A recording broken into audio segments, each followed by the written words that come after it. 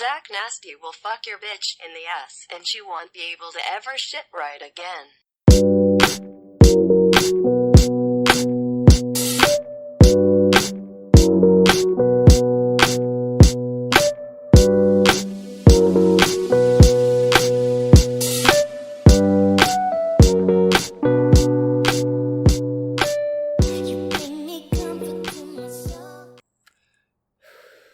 What the fuck is going on? Yo, anybody tuning in, thank you. But we are live. We're doing this shit. So last week I talked about my little fucking sob story. Whatever. Today, I think I'm going to continue on the story a little bit. I kind of like the way these feel. They're really easy to do, and I don't have to think about it because my life just naturally sucks. So shitty things that have happened to me in my life, they just come. They just come right to my head, and I'm just... All right, but anyway, so last time I talked about my fucking deceiving ass, the deceiving ass mother of my child. And you know what? Just really quick before I get into it. Man, I've found that a lot of women in relationships, if you're not kind of keeping her happy, say you're with a girl for, a year and a half, 2 years, and, you got a kid and everything, just because you have a kid, you know what I mean? That does not save shit.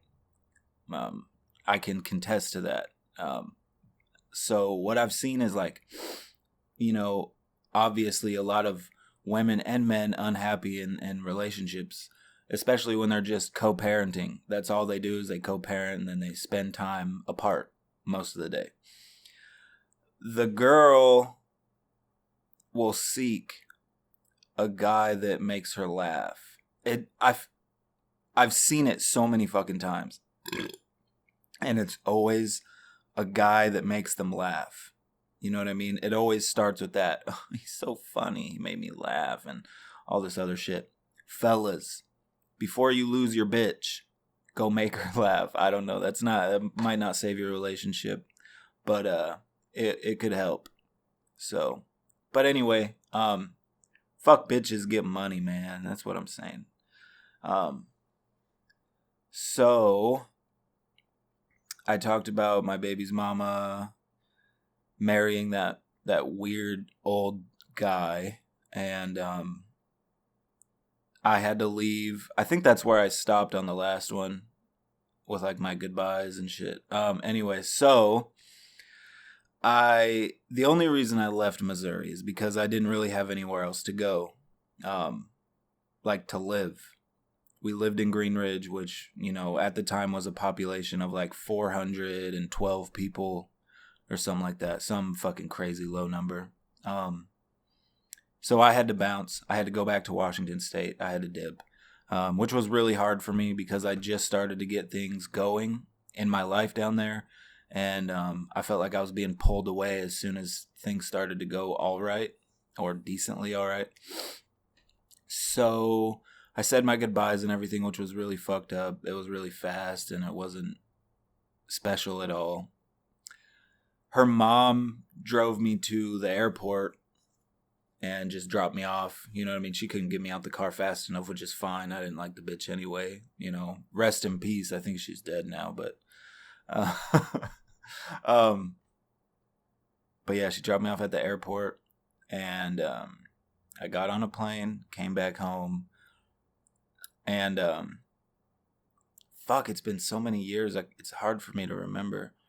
But I got picked up by my mom. My mom picked me up, and she drove me to my dad's house because I figured, my dad always told me I have a place to go as long as he has a house. You know what I mean? I have a place to live also. But I've talked about his crazy ass wife. I don't know if they're still married, but his crazy ass wife, or ex-wife at this point, I'm not sure. But she used to make things so fucking weird and awkward and difficult, and she was just such a bitch. So I was staying at my dad's house for I think the first night I tried to stay there, but like I overheard Susie, which is her name. Isn't that such a fucking dumb name? Susie?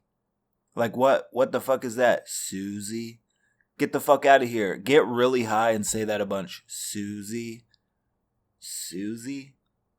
God, that name just doesn't sound right. Anyway, I feel like I heard her and my dad over talking, or I overheard them talking, and she always ran her fucking mouth, and I just remember feeling uncomfortable and unwelcome. So I text my aunt, because my Aunt Stacy was texting me while I was coming back to Washington, asking me how things were and shit like that. And I was texting her because she told me if I ever needed a place to crash, I could crash on her couch. And I was like, yo, that sounds so much better than doing this right now. Even though I was with my little brother, I just wasn't comfortable because of the situation. It was really weird. So I hit up my aunt and I'm like, yo, fuck this shit. I'm uncomfortable, whatever I said. And she came and swooped me up. And then I went to go live with her in Port Orchard. And I literally was just crashing on her couch. Like, imagine, because there was a 17-year-old girl that lived there at the time. When I was crashing on their couch, it was my aunt had a boyfriend and his name was Brian, and he had a daughter named Trisha, and we'll get into that later. But just imagine being her, right? You're living with your dad, and he got a girlfriend and stuff, and they just had a baby. They have my cousin Ethan, which was like, he was like a year old at the time. So they're like a perfect little family. And then here comes this long-haired, fucking skinny jean wearing, fucking loser-ass fucking dude coming to crash on the couch in your living room. Like, ugh, thinking about it is just so fucking ugly. You know what I mean? But you got to do what you got to do. And that was my aunt. So I felt entitled to that fucking couch. You know what I mean? So I was like, this is mine now. So, and at the time, my mom had just recently got out of prison, and she was living like a few blocks down the road, in a halfway house. If you don't know what a halfway house is, it's a place where people who are released from prison go to live and try to get their life back on track. So they go live at this house with a bunch of other people who were just released from prison or jail. And the whole goal of it is to get people back on their feet, help them look for a job, and just be a productive person in society. So my mom was living there with a couple other bitches. And I started to feel uncomfortable at my aunt's house. Like, I started to slip into this weird depression. And I just let my hair grow long, like it was already long as fuck. I just let it go in my face and just continue on. And I would spend as much time away from the apartment as I could. I would go hang out with my mom down at the halfway house, and she would make me these things. It was just like, you could buy like packages of sliced turkey meat for sandwiches and shit like that. Well, she'd buy like the really thin sliced turkey, and she'd take out a slice, slap it on a plate, put some shredded cheese in there, and then like roll it up like a blunt, and then microwave them bitches, and you had these like turkey cheese rolls. It was like super ghetto and poor food, but it was so good. That's just like a landmark memory for me back then. Anyway. So she would make those all the time, and we would, make lots of coffee, and that's where I would do my laundry. Is I would bring my clothes down there, and that's where I kept all my clothes too, by the way. I didn't keep any clothes or any shoes at my aunt's house. That's how uncomfortable I felt. Like, so fucking uncomfortable. So every morning I would go to my mom's house to shower and change my clothes. And then I would try to find something to do throughout the day. Most of the time, I would just go sit in the woods. And this is so fucking lame, but I would be so depressed. And like I was trying to prove to myself how depressed I was, I guess. And I would sit there in the fucking rain with just a t-shirt on, with like my head staring at the ground, just rain dripping down my wet ass hair. And I would just sit there for hours just being depressed and crying, feeling sorry for myself like a pussy ass bitch. Fuck, man. And I just felt really uncomfortable at my aunt's house after a certain amount of time there. And I just felt unwelcome at my dad's house. I felt like I was intruding at my aunt's house. And then I started to kind of feel the same way with my mom because I was constantly going down there to do laundry and eat food and take a shower and all this other shit. So I felt like I was unwanted by everybody. You know what I mean? Like I was just an intrusion on everybody's life.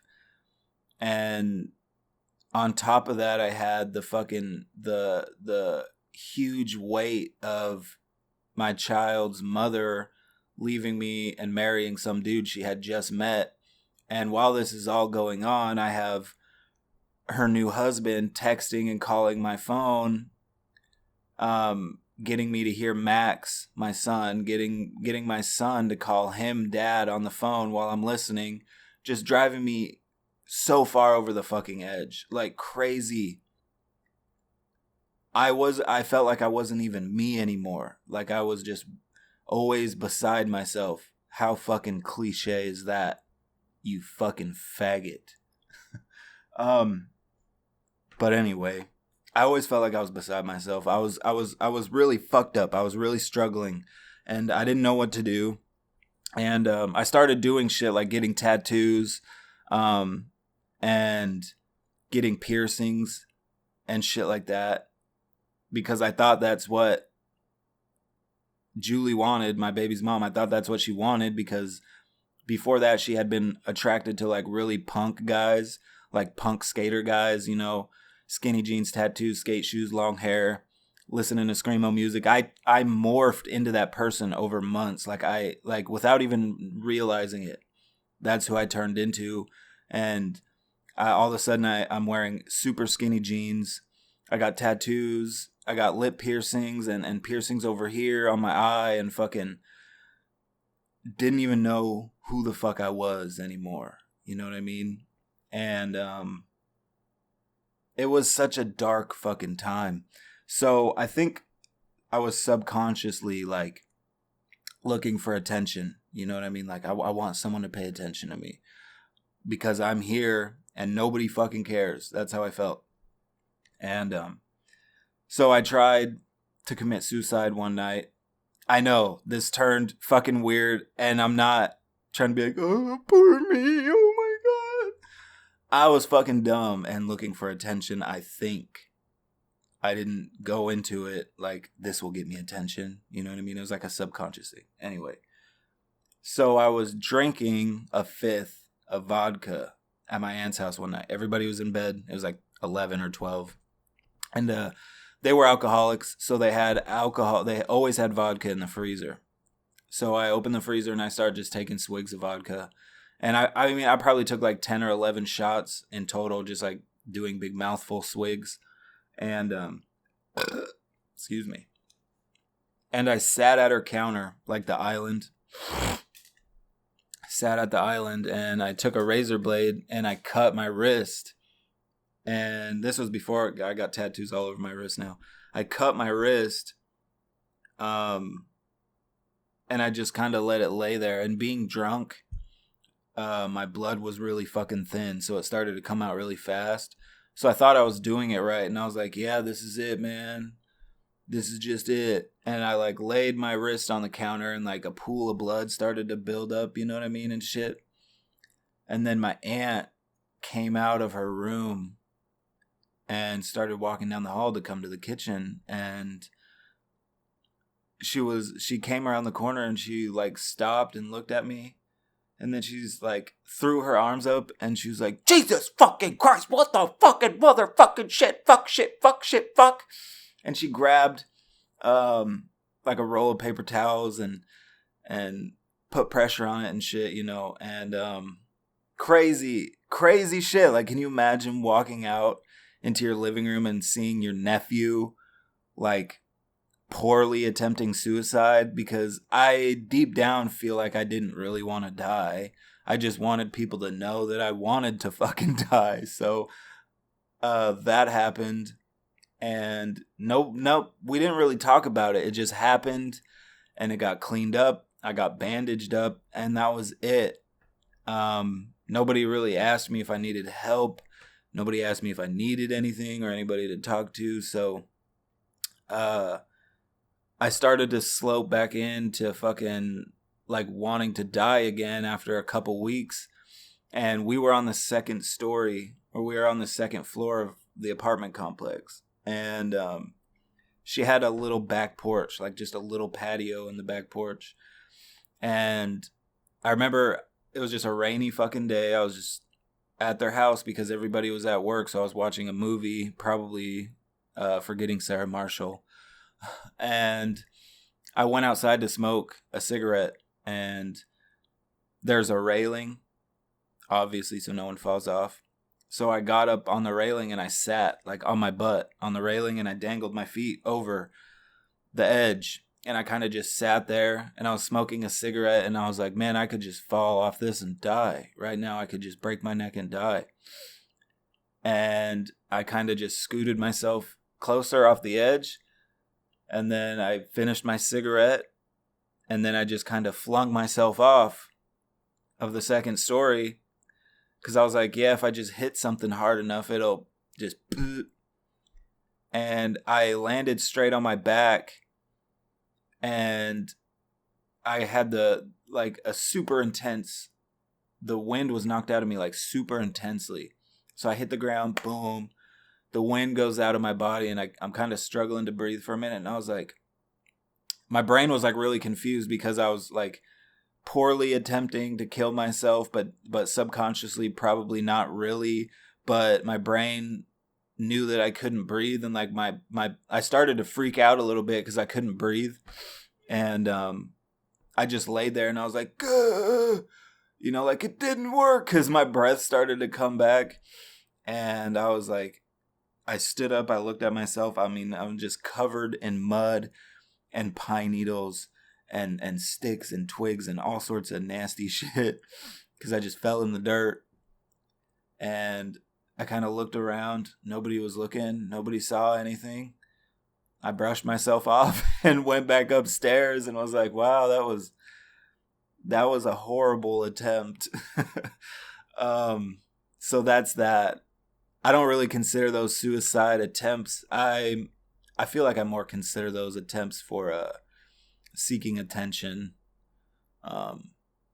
So I don't really consider that attempting suicide, because, you know, nowadays I think about it, I'm like, fuck, if I want to die, you just put a gun to your fucking head. You know, I think I was looking for attention or trying to get help or something. But anyway, so I spent a lot of time just in my own head, being depressed and sad, and there was like nothing anybody could do for me. And then I started to talk to this girl that I used to date way back in middle school, or junior high actually. And her name was Malika, or is Malika. I won't say her last name for privacy reasons, I suppose. But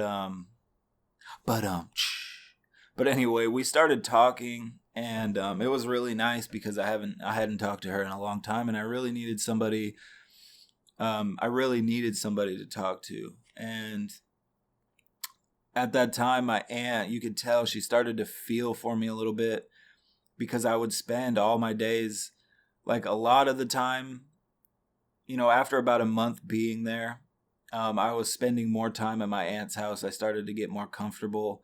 And then instead of her paying a babysitter for Ethan, because Brian and her both worked and Trisha had school, she would, you know, let me take out the car that wasn't registered, didn't have a title or anything, in exchange for babysitting. So I would babysit a lot of the time during the day. And then when they got home, I was able to take the Olds.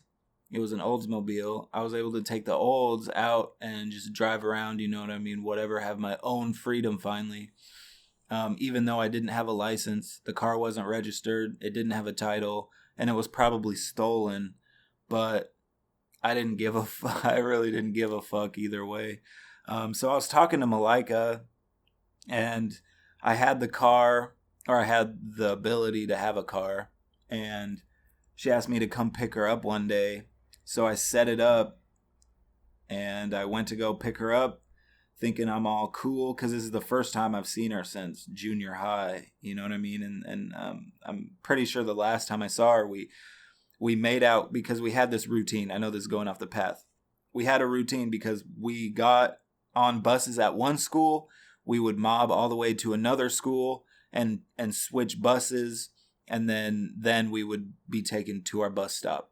And we had to, once we got to the second school, me and her had to switch buses and get on different buses. So we had this thing where we'd stand out there by the buses and we would make out for like as long as possible until our buses were like leaving the parking lot. And we did that every fucking day. And I remember, I feel like she broke up with me one time after that. Like we made out and then she broke up with me and then I never saw her again. I could be wrong, but I'm pretty sure that's what went down. But anyway, so that was the last time I saw her, when we were just kids. You know, I don't even remember how old I was. I think I was 13. And so, yeah, she hit me up. I come to pick her up, and I'm trying to be all cool. You know what I mean? Because I got a car now, even though it's not mine. I'm driving a car. And I think I'm 18. I'm driving a car. I think I'm cool. You know what I mean? And I pull up to pick her up, and I'm bumping some music like really fucking loud, like an ignorant teenager does. And like I swoop in the parking lot real hard, like bumping music like super ignorant. And then she gets in, and I don't remember what we did that first day. I remember driving around and shit, but I don't remember what we got into. But I remember trying to impress her so fucking bad. So I would be fucking mobbing the streets. Say it'd be like a 35 zone. I'd be doing 90. You know what I mean? Say we're on the highway, I'm doing 140. Ridiculous shit. And I don't know how I never died in a car accident or got arrested, you know? But I spent almost every fucking second I could with Malika. After I'd babysit, it was boom, straight to Malika. And we had a lot of fun. We spent so many nights with this dude named Fellow. That was his name, Fellow. Fellow. Like, your parents fucking hated you, dude. And he was a gay fellow. He was a gay man. That worked out really well. He was a gay fellow. And he was pretty cool. He never tried to hit on me or anything, but it was like me, Malika, and Fellow all the fucking time. And we would always mob around town in my Olds. And we would go to all these different stores and we would steal alcohol. And God, there was so many nights. I mean, I've probably stole more alcohol with them than I've ever bought in my entire life. And hang on. Poop snake. But yeah, stole a lot of alcohol with them. Spent a lot of time partying with them. Lots of house parties. And eventually... No. I'll get to that later. But eventually I did end up moving... Not really moving in with her, but kind of. I had a lot of clothes over at her house. And it's funny because it was her mom's apartment, but her mom was never there. So it was like mine and Malika's apartment pretty much. And we threw parties there every fucking night. And sometimes we'd struggle for money with weed. Like alcohol was no problem because we would just hop in the car. I would drive Malika down to like QVC or some shit or Rite Aid, and they had a huge alcohol selection. They had like 6 alcohol aisles. So she would go in there with her big ass purse. It was more of a fucking duffel bag than a purse. And she would go in there and get 2 giant fucking bottles of like wine or something. And most of the time, I don't know why I remembered wine, because that only happened once. Most of the time she stole things like nasty ass Jim Beam or some knockoff fucking whiskey or just some gross ass clear alcohol. But we used to get fucked up every single night. And we used to struggle with money for bud, for marijuana. And she had these neighbors above her, a few apartments down and above. And we would go up there sometimes to hang out. And they were a younger couple. They were probably in their early 30s. It was just a man, a woman, and a baby. And they were living their best life. They had a cute little apartment and shit, whatever. But they also smoked a lot of pot. And me and Malika knew this. And one night when I was up there, I asked to use his bathroom, and he said, yeah, it was right there. I went in his bathroom, closed the door. I took a piss, flushed the toilet, and then I start going through his medicine cabinet. You know what I mean? Because let's all fucking admit it. We do that in other people's bathrooms. So I started going through his medicine cabinet, and then I see this little orange pill bottle that doesn't have pills in it. I couldn't really tell what it was. So I grab it, and I pop it open. Oh, that's marijuana, bro. So I close the lid, put it back, shut the thing. And I go. Me and Malika say our goodbyes to the couple and everything. We get out of the door, and I was like, they got weed in their bathroom. So a lot of times Malika would make up some fucking story in order to use their bathroom. She would make up some weird story. She'd go up there and ask them to use their bathroom, which if someone was doing that to me, it would be really fucking weird. And I'd probably turn them away.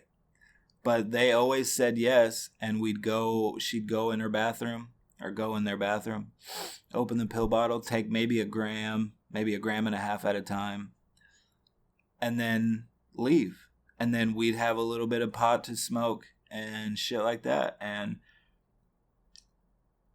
I don't know if they ever noticed. I mean, they were smart people. They probably fucking noticed. And then there was this other guy who was downstairs from Malika's apartment. I don't remember his fucking name. He was a hella fucking like a hood dude, you know what I mean? Hella thug. He had long ass dreads, but he was cool as fuck, kind of chubby. He was super fucking cool. And what I don't get about this, though, is that, I mean, Malika said she knew him for a really long time, like most of her life. So we would go downstairs to the laundromat because they had coin-operated washing machines and dryers, right? We would go down there and we'd break that motherfucker open and we'd get a handful of quarters. And sometimes we wouldn't get hardly any money at all, maybe $3 or $4, right? And she would take that $3 or $4 in quarters over to homeboy's house, and she would come back with like 3 or 4 grams sometimes of some super fire bud.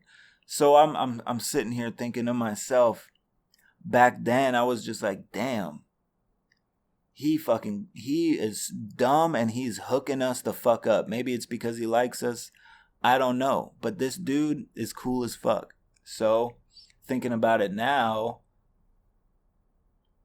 man, she was probably fucking sucking his dick, dude. God damn, bro. And she would come back and I'd have to kiss that bitch. Fuck me, bro. I just wasn't smart enough back then, guys. I had no fucking idea. But I put 2 and 2 together now. Now it makes so much fucking sense. But anyway, I used to take Malika down to the stores all the time to get liquor. Me, her, and Fellow partied all the fucking time. That was pretty much what our life was about was just partying and getting fucked up. And I don't know why this just popped up in my head, but I remember one of the first nights hanging out with Malika again, you know, in however many years it was since I seen her. So I remember we were at this playground. We went to like this little party at this duplex. There was like, you know, it was like 1 million duplexes all in a circle. We went to this party and it was pretty good. It was all right. Things were happening. People were getting fucked up and shit. And, you know, we were drinking and smoking, and then we left the party, but we walked around like the property of where all the duplexes were and shit. And then we ended up at this playground, like right in the middle of the property for all the kids to play on and shit, whatever.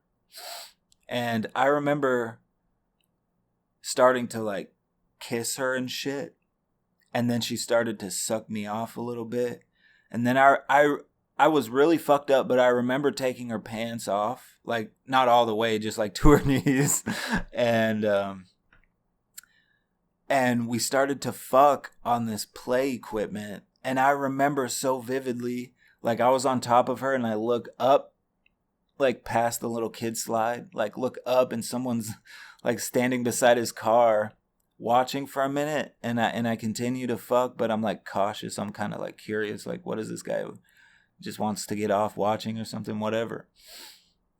And then after, you know, like what seems like 10 minutes, but it was probably like a solid 60 seconds, he just goes, "I'm calling the cops."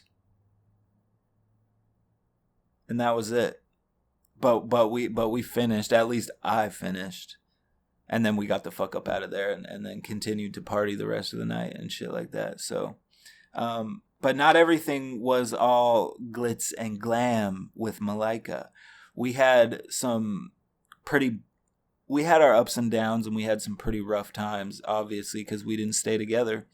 We weren't together very long. I mean, we were together for a few months at the most. So, but anyway, I think I'm going to leave the story here, and I will pick up on my next episode. I probably won't pick up where I left off because that story pretty much ends there, but I can branch off and talk about a bunch of other fucking shit around the same time. So anyway, if you're actually interested and you're listening, I appreciate the fuck out of you. I love to do podcasts. I can feel myself getting a little bit better at it, a little more comfortable talking to the microphone. So whatever. Even if I was bad, I would still fucking do it. I don't fucking care. I have a really good time doing this shit. The Hindsight Podcast. That's all I got for today. Go tell your mama that you love her. Go tell your daddy that you love him, unless he molested you as a child. In that case, whatever. Give some people flowers, because I'd rather get flowers alive versus when I'm dead. Anyway, I got a lot of shit I gotta go do. I gotta pay child support. I gotta go do adult shit. I appreciate the fuck out of anybody listening. Until next motherfucking time, peace the fuck out.